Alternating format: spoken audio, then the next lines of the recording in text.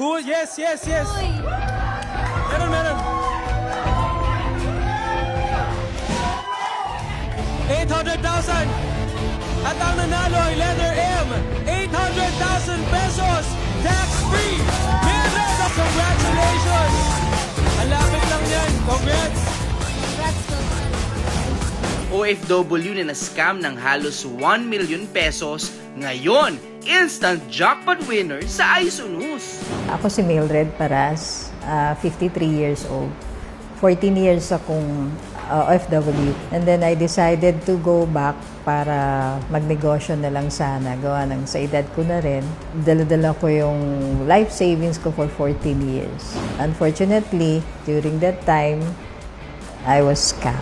It started with Facebook.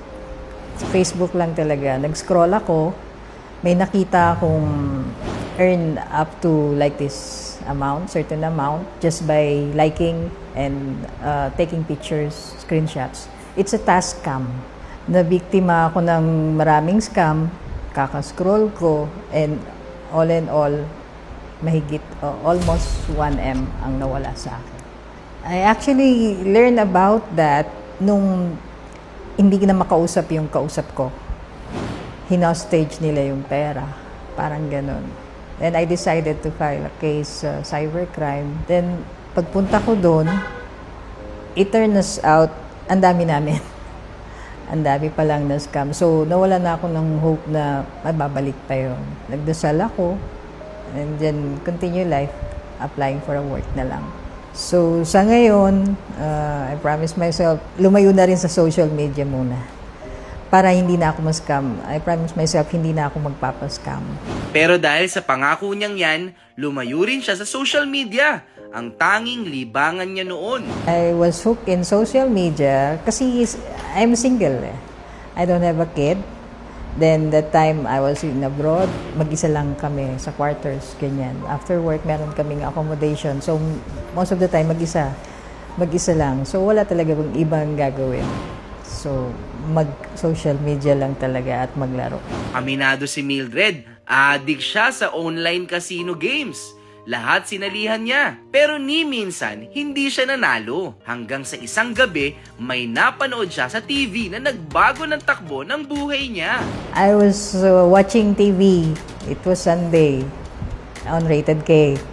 I saw that this Rafi from Mindanao won the 600,000 jackpot. Pinakita doon, may permit ang iSunus. Siyempre, Corina Sanchez ang nagpa-check. So, sino ba naman hindi maniniwala kay Corina?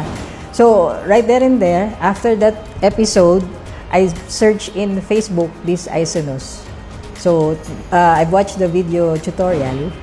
Then, after that, nag-subscribe ako. Naisip ko, ganun din naman ang gawa ko. Nag-scroll lang din ako para mapanood yung mga small reels sa Facebook. So, ganun din siya, content din. Para rin siyang Facebook. So, wala naman din mawawala. So, I did try. Walang ano doon. Wala akong inisip na iba. Sabi ko, try ko to. Wala namang mawawala. At saka legit, verified lahat ng documents. So, this is legit. Tsaka dito siya sa atin.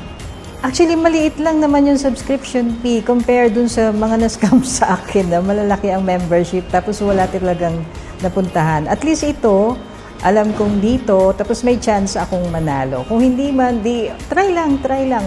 What is 100 pesos nowadays? Diba?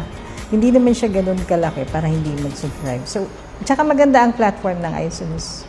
First time kong nakakita ng ganyan, di ba sa Facebook, nag-watch tayo ng Reels. But this iSunus, pagka-watch mo, meron kang corresponding raffle ticket na pwede kang manalo.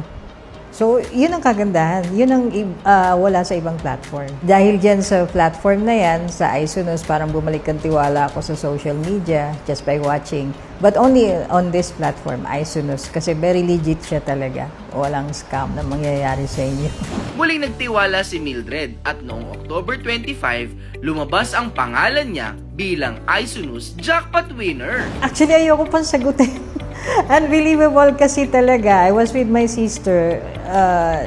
The timing is off. Nasa hospital kasi kami. My auntie was there.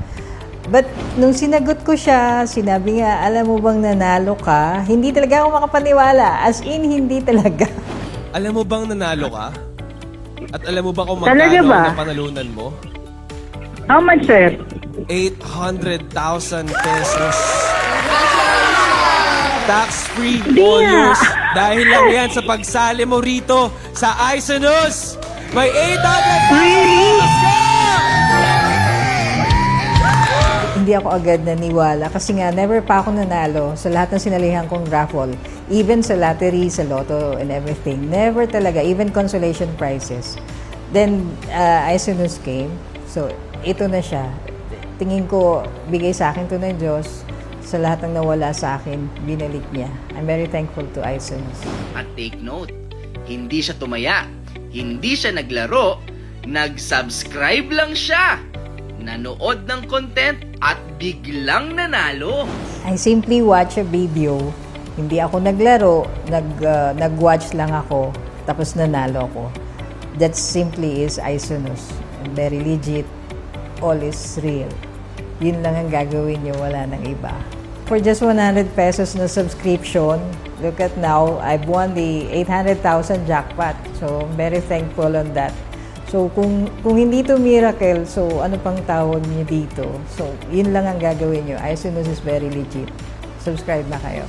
Minsan nang nawala ang lahat kay Mildred, pero dahil sa kanyang pananampalataya at dahil sa Isonos, nakuha niya ito ulit.